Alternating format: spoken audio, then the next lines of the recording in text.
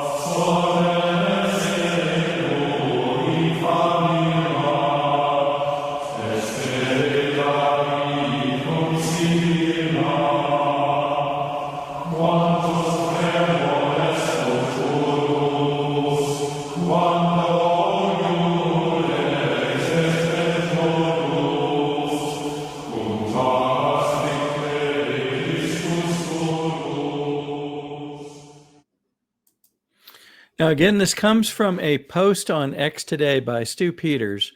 And so we are building on this, trying to make sense of what what is being reported here. So note that the post in YouTube, this comes from a video that's posted in YouTube. The account was apparently created 14 years ago, and this video was uploaded 10 years ago. Now, why it hasn't been noted before this, why it wasn't picked up, we're not sure.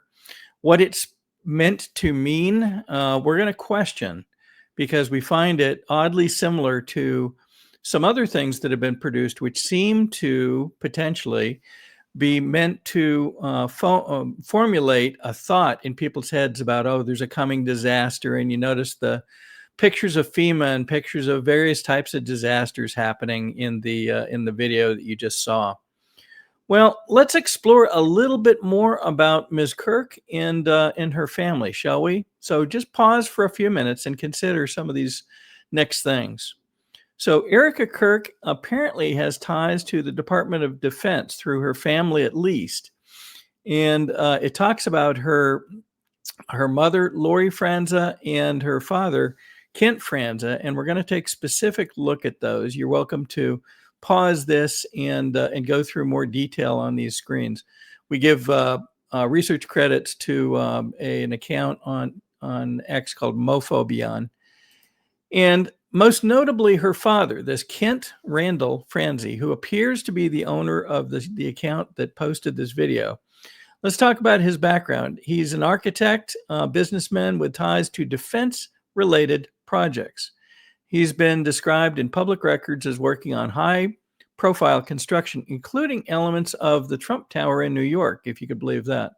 He is linked to the E3 Tech Group, a subsidiary or affiliate of AZ Tech, which focuses on advanced tech for NSA, DoD, and intelligence community projects, including drones and surveillance systems and others.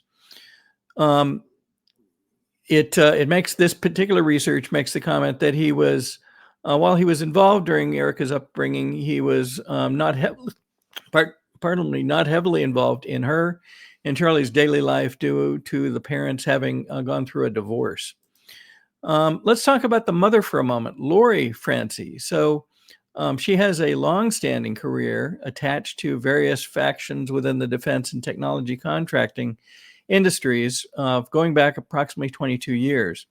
She is principal CEO and a leader in AZ Tech International, a Scottsdale, Arizona-based firm specializing in engineering solutions. And actually, Erika Kirk spoke of her mother and the move to Arizona in an interview some years ago. Let's take a look at this. Maybe off topic. How did your mom choose Phoenix? So she chose to move to Phoenix from Ohio because there was more of an opportunity for a female business owner out here. Especially from the standpoint of she was getting involved with the government, so Homeland Security and Department of Defense. And so she had other business partners that were out here that were already in that industry, even one that was a mentor of hers. So it was really convenient to be able to come all together in one place to really have that. But my father ended up moving out here as well because my grandparents had a home out in Sun City. And so it took a little bit to get everyone out here. It took several years, but by that time, everyone was out here. So we had a little bit more family than just us. So again, the mother is noted as a leader of AZ Tech International. And AZ Tech provides services in areas like cybersecurity, EMP, which is electromagnetic pulse resistant technologies, and disaster recovery systems. Disasters as a theme again. They have contracts with the DoD, Department of Homeland Security, and Department of Energy. We checked her background. There is her LinkedIn profile, and it does list her as chairman and founder of AZ Tech. It goes on to give some of her background. Does not seem to, and at least in her LinkedIn profile, doesn't appear to mention TPUSA, Charlie Kirk, or Erika Kirk. And here is another profile that's available online regarding Lori Frantzve. So as we thought this through, we thought, where have we seen these kinds of themes before? And so we don't want folks to forget the following. Michelle Obama founded a production company known as Higher Ground Productions in 2018, and have produced multiple movies and series through that company ever since then, some of which have been in partnership with Netflix. Here is a picture of Higher Ground's website along with Barack and Michelle Obama. Now, some of what they produce seems to be very woke. This happens to be one of the productions where obviously two men are kissing in some situation. So some of the things that they produce do appear to be quite woke. In addition, they produced, the Higher Ground Productions produced in 2023 a film called Leave the World Behind. It's a thriller based on a novel, and it goes into themes revolving around societal collapse, cyber threats, racism, and human vulnerability during some sort of an apocalyptic event.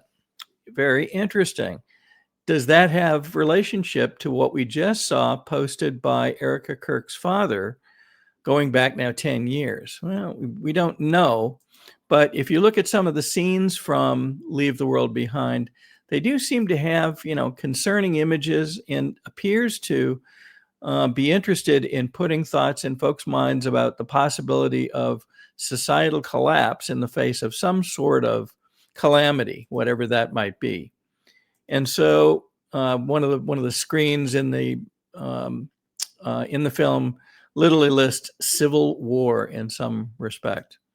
So consider this for a moment, why would a former president promote a film about some huge calamity or calamities and potentially resulting in civil war? And why, in apparently unrelated post, Erika Kirk's father posted a video such as we just saw with many of those same sorts of themes? We'd suggest that one of the things that we're called on to do with things like this is to use discernment, meaning think about why these things might be surfacing, why they might be trying to make people concerned, make them fearful, if you will. And then consider the comments and so forth coming from the Trump administration currently. Notably, Trump would say we're entering or are in fact in the golden age. Are we seeing things improving rather than degrading? Are we seeing some various groups trying to threaten society, but yet being put back in their place based on the actions of the current administration? Well, we'll leave that up to you to consider. But keep in mind the word discernment. And what this post from back in July of 2020 suggests is have faith and trust in yourself, unity, not division. And then, of course, what we've seen many, many times in the past, where we go one, we go all. So consider that as we go through these coming days and weeks. And we'll see what comes of this latest emergence of this video from Erika Kirk's father, Kent Frantzve. Thanks for being with us. We'll see you soon.